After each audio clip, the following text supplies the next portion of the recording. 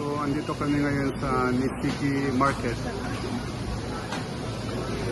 So, itry natin kumain dito. Tikman natin yung Wagyu beef or Kobe beef na sinasabi nila. Ito, titikman natin to. Umorder kami. So, yun na yun. Oh. Iluluto na. Sarap daw to eh.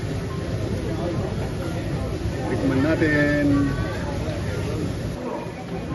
Mukhang malapit nang maluto yung in-order natin. Hintayin natin siyang maluto. Ang bilis lang magluto yung mga hapon. Sige, pasok na ako at hintayin natin maluto. Okay, luto na siya. Ito yung Wagyu beef. Popular here in Japan. Tignan natin.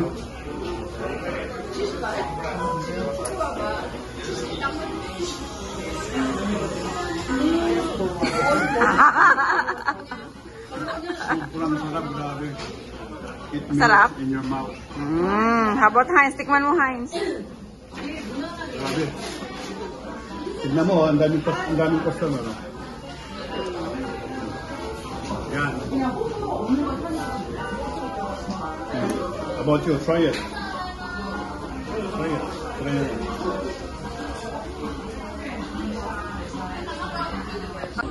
Yan. Last night namin sa Kyoto, Japan. Umorder kami ng Wagyu beef. Oh my goodness. So expensive, but yummy. Look at that.